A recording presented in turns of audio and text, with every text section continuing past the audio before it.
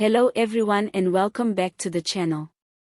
If you haven't already, make sure you hit that subscribe button, drop a like, and share this video with your friends and family so we can keep shining a light on the big stories shaping our region.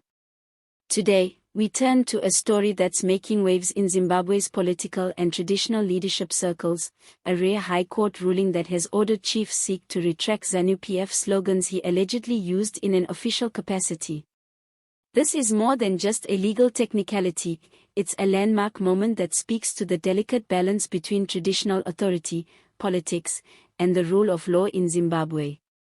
The drama began when Chief Seke, a respected traditional leader in the Chazotsva area, was accused of openly chanting ZANU PF slogans during official community events.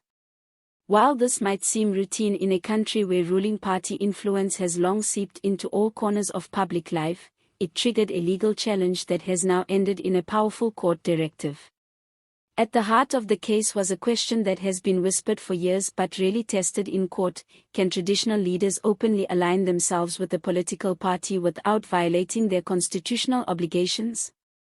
Zimbabwe's constitution is clear about the role of traditional leaders. They are supposed to be custodians of culture, mediators in local disputes, and neutral figures who unite their communities regardless of political affiliation.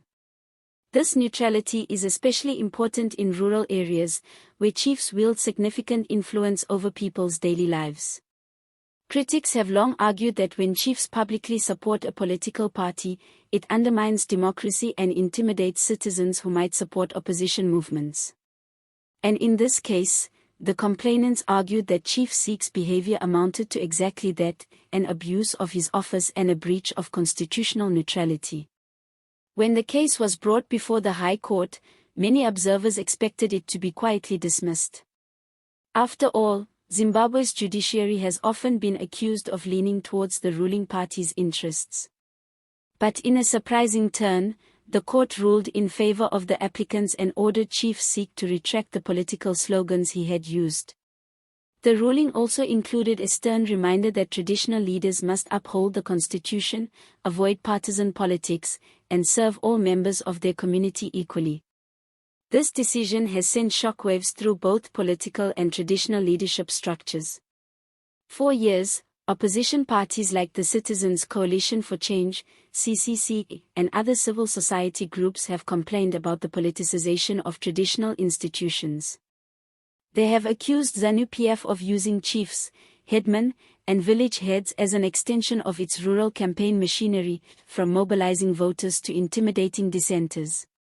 The High Court ruling now provides a legal precedent that could embolden more citizens to challenge such conduct. Chief Seke himself has not been silent about the ruling. Sources close to him say he feels the case was politically motivated and that his words were taken out of context. He reportedly insists that as a Zimbabwean citizen, he has a right to express himself politically, but legal experts have countered that while private citizens do indeed enjoy such freedoms, traditional leaders occupy a special constitutional role that limits overt partisan expression. This is precisely why the court's decision is being hailed as a significant victory for the principle of separation between governance structures and political party activities. On the streets of Harare and in the rural homesteads of Chazotsva, opinions are sharply divided. Supporters of the ruling see it as a much-needed step towards curbing the abuse of traditional authority for political gain. They argue that when chiefs start campaigning, even subtly, it creates an environment where people feel pressured to follow their political leanings or risk losing access to land, food aid, or other essential resources. They see the High Court's intervention as a rare instance where the law has stood up to entrenched political habits. On the other side, there are those who view the ruling as an unnecessary attack on cultural leadership. Some argue that chiefs, like any other citizen, should be allowed to voice their political opinions openly. They believe this ruling could be used to silence chiefs who speak out on national issues, effectively weakening their influence in matters that affect their communities. For these critics, the High Court's move is less about protecting democracy and more about controlling the voices of traditional leaders. Political analysts are also weighing in on the long-term implications. If more citizens follow this example and challenge partisan conduct by traditional leaders, it could slowly erode one of ZANU PF's most reliable rural campaigning tools. Chiefs and headmen have historically been central to mobilizing voters in rural areas, where the majority of Zimbabwe's electorate resides. A crackdown on political endorsements by chiefs would force political parties to compete more fairly for votes without leaning on traditional authority structures. The ruling also puts other traditional leaders on notice. Even those who have been quietly supportive of political parties might now think twice before making public statements or actions that could be construed as partisan. For opposition parties, this is a moment to celebrate but also a moment to push harder for enforcement, because a legal ruling is only as effective as the willingness of authorities to uphold it. As for Chief Seke, the pressure is mounting. Retracting the slogans publicly would be a significant moment, not just for him but for the precedent it would set across Zimbabwe.